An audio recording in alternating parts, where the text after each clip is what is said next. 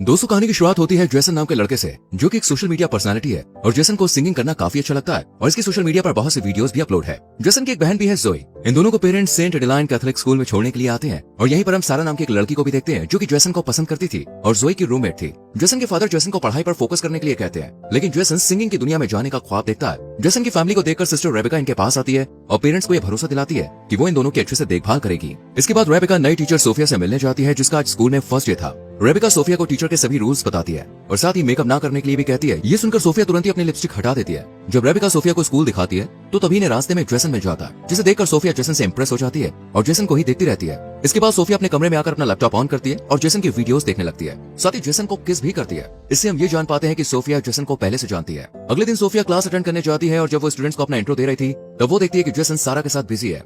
ये देखकर सोफिया गुस्से में सारा को जेसन से दूर बैठा देती है। कैथोलिक स्कूल में टीचर किसी भी स्टूडेंट के साथ ऐसा रूड बिहेव नहीं करती थी, इसलिए जोई को ये अजीब लगता है। शक तो जोई का तब और बढ़ जाता है जब सोफिया बिना प्रेयर के पढ़ाना शुरू कर देती है। ये देखकर जोई सोफिया को प्रेयर कराने के लिए कहती है, जिस पर सोफिया खुद प्रेयर करने के बजाय जोई से प्रेयर कराती है। लेकिन अब भी सोफिया प्रेयर नहीं करती। जब ये बात जोई जेसन को बताती है तो वो ज्यादा इस बात पर ध्यान नहीं देता, क्योंकि इस टाइम जेसन सारा को मैसेज कर रहा था। स्कूल के बाद सोफिया जेसन के पास आकर सारा के बारे में पूछने लगती है और जेसन बताता है कि हम सिर्फ दोस्त हैं। ये सुनकर सोफिया को बहुत अच्छा लगता है, लेकिन जब अगली सुबह सोफिया जेसन और सारा को किस करते हुए देखती है तो उसे बहुत गुस्सा आता है और सोफिया जेसन को क्लास में भेजकर सारा को डांटने लगती है। लेकिन सारा कहती है कि मेरे फादर स्कूल को फंड देते हैं, इसलिए तुम मुझे कुछ नहीं कह सकती। लेकिन सोफिया को तो इससे कोई फर्क ही नहीं पड़ता और क्लास खत्म होने के बाद सोफिया जेसन से बात भी करती है और कहती है कि तुमने मुझसे झूठ क्यों बोला कि सारा तुम्हारी गर्लफ्रेंड नहीं है। जेसन कोई जवाब नहीं देता। सोफिया जेसन को अपने चेंबर में मिलने के लिए बुलाती है और जब जेसन वहाँ पे आता है तो सोफिया अंदर बिना दरवाजा लॉक किए बॉडी को मॉइस्चराइज कर रही होती है। सोफिया को इन छोटे छोटे कपड़ों में देखकर कुछ देर के लिए जेसन होश खो बैठता है, लेकिन फिर यहाँ से चला जाता है और ये सब सोफिया ने जानबूझकर किया था। लेकिन जेसन के चले जाने से सोफिया को काफी बुरा लगता है। अगली सुबह जब सोफिया जेसन से पूछती है कि तुम मेरे चेंबर में क्यों नहीं आया, तो जेसन कहता है कि मैं भूल गया।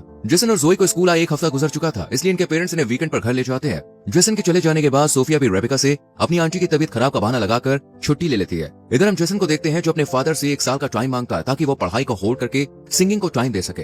लेकिन फादर के मना करने के बाद वो गुस्सा होकर बाहर आकर अकेला ही गाना गाने लगता है और यहीं पर हम सोफिया को भी देखते हैं, जो कि जेसन के घर तक आ गई थी और छुपकर जेसन का गाना सुनने लगती है। लेकिन जैसे ही जेसन के पास सारा का कॉल आता है तो सोफिया गुस्सा होकर यहाँ से चली जाती है। सोफिया जेसन और सारा को अलग करना चाहती थी, इसलिए वो रात को जोई और सारा के रूम में जाती है और सारा की बुक के फर्स्ट पेज में ड्रग्स रख देती है और जब कमरे से बाहर निकलती है तो सिस्टर रेबेका सोफिया को देख लेती है। सोफिया रेबेका से कहती है कि मैं यहाँ किसी की आवाज सुनकर देखने आई थी। ये दोनों बात कर ही रही थी कि इनकी आवाज सुनकर जोई भी उठ जाती है और सोफिया की बात सुनकर उसे कुछ शक होने लगता है। अगली सुबह सोफिया सबको बुक ओपन करने के लिए कहती है और प्लान के मुताबिक सारा के बुक में ड्रग्स देखकर उसे स्कूल से सस्पेंड करवा देती है। इसके बाद सोफिया रेबेका से भी बॉयज के रूम की तलाशी लेने के लिए कहती है। अब चूंकि ये स्कूल की इज्जत का सवाल था, इसलिए रेबेका तुरंत बॉयज के रूम की तलाशी लेने पहुंच जाती है और यहाँ जेसन के रूम में इन्हें एक शराब की बोतल मिलती है। ये बोतल भी सोफिया ने ही रखी थी। दरअसल इस बोतल को रखने के पीछे सोफिया का एक खास मकसद था, ताकि सोफिया सजा के तौर पर जेसन को सर्विसेज कम्युनिटी ज्वाइन करवा सके और उसके साथ स्कूल में ज्यादा से ज्यादा वक्त गुजार सके। जब स्कूल के हेड को इस शराब की बोतल के बारे में पता चलता है तो वो जेसन को स्कूल से निकालने का फैसला करते हैं, लेकिन सोफिया ऐसा करने से मना करती है और कहती है कि जेसन को स्कूल से निकालने के बजाय इसे हमारी सर्विसेज कम्युनिटी में लगा देना चाहिए।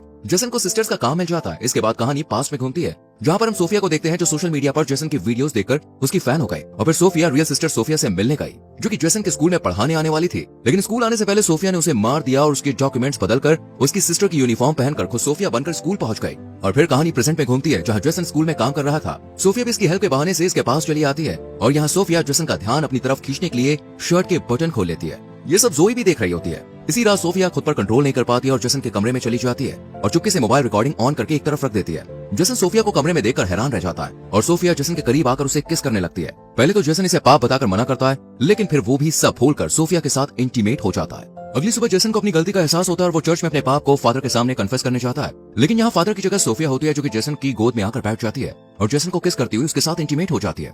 1 हफ्ते बाद जेसन वीकेंड पर अपने घर चला जाता है और यहाँ लंबे समय के बाद सारा जेसन को मैसेज करके पार्टी के लिए इनवाइट करती है। जेसन के जाने के बाद सोफिया भी स्कूल से निकल ही रही होती है कि तभी सोफिया रेबेका के साथ दूसरे स्कूल के फादर को देखती है। ये फादर रियल सोफिया को अच्छे से जानते थे और इसी बारे में वो रेबेका से बात कर रहे थे। ये सुनकर सोफिया घबरा जाती है कि कहीं उसका सच पता न चल जाए, इसलिए सोफिया जल्दी से कार की तरफ जाने लगती है। लेकिन जब रेबेका उसे रोकती है तो सोफिया आंटी की तबीयत का बहाना बनाकर यहाँ से चली जाती है। रात को जेसन अपने फादर से सारा की पार्टी में जाने के लिए कहता है, लेकिन इसके फादर मना कर देते हैं, जिस पर गुस्सा होकर जेसन बिना परमिशन के ही सारा के पास चला जाता है। यहाँ जेसन और सारा दोनों ड्रिंक करते हैं और फिर सारा जेसन को एक रूम में ले जाकर उसे किस करने लगती है। तभी जेसन को सोफिया के साथ बिताए हुए पल याद आते हैं, जिस वजह से जेसन को सारा के साथ कंफर्ट फील नहीं होता और वो एक बियर की बोतल लेकर यहाँ से चला जाता है। पुलिस जब जेसन को खुलेआम बोतल के साथ देखती है तो गिरफ्तार कर लेती है। लेकिन तभी यहाँ पर सोफिया आ जाती है और पुलिस से कहती है कि जेसन मेंटली काफी डिस्टर्ब है और पुलिस को अपनी बातों में उलझाकर जेसन को बचा लेती है। जेसन सोफिया को बताता है कि मैं ड्रंक होकर घर नहीं जा सकता हूँ। ये सुनकर सोफिया जेसन को होटल ले जाती है और दोनों एक रूम में चले जाते हैं।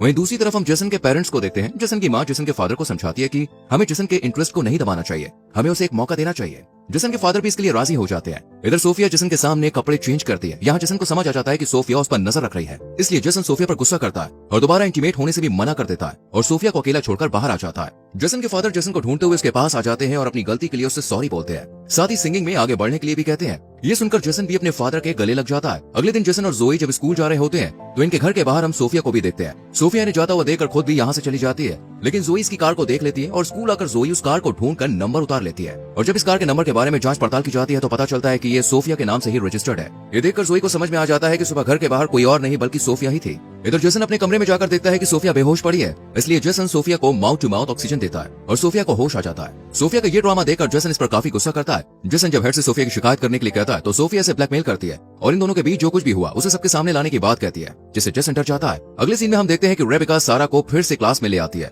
ये देखकर सोफिया रेबिका पर गुस्सा होती है, लेकिन रेबिका सोफिया को ही डांट कर यहाँ से चली जाती है। सारा के आ जाने से सोफिया अपना कंट्रोल खो देती है और नहाते वक्त सारा को बाथरूम में ही मार देती है और बाद में ऐसा प्रिटेंड करती है जैसे कि ये एक एक्सीडेंट था। इसके बाद सारा की बॉडी को पोस्टमार्टम के लिए भेज दिया जाता है। जोई को ये सब काफी अजीब लग रहा था। जेसन सोफिया के पास जाकर इस मौत के पीछे उसको दोषी ठहराता है, लेकिन सोफिया मना कर देती है और जेसन को ब्लैकमेल करती हुई उसे इंटीमेट वीडियो दिखाती है और कहती है कि तुमने सारा के लिए जुबान खोली तो मैं ये MMS लीक कर दूंगी। अगले दिन जेसन जोई अपने मॉम के साथ जब घर आते हैं तो सोफिया भी अपनी आंटी की डेथ का बहाना बनाकर स्कूल से निकल जाती है और रात में जब जेसन अपनी फैमिली के साथ बाहर डिनर पर जाता है तो सोफिया भी उन्हें ज्वाइन कर लेती है। इधर रेबिका को पता चल जाता है कि सोफिया की कोई आंटी नहीं है। वहीं जेसन भी जोई को सब सच बता देता है और फिर ये दोनों रियल सोफिया के बारे में पता करने की कोशिश करते हैं। इधर रेबिका सोफिया को बताती है कि मुझे सब पता चल गया, तुम असली सोफिया नहीं हो। इस सच को बताने के लिए रेबिका स्कूल के हेड के पास जा ही रही होती है कि सोफिया रेबिका के सर पर अटैक कर देती है। वहीं जेसन और जोई को सोफिया के कमरे से उसका लैपटॉप मिल जाता है जिसमें जेसन की वीडियोस फोटोज थी और ये सोफिया नहीं बल्कि लॉरा थी। ये लैपटॉप लेकर ये दोनों चर्च में रेबिका को सब सच बताने जाते हैं और तभी यहाँ सोफिया आ जाती है और हम सोफिया को देखकर समझ पाते हैं कि ये एक साइको है।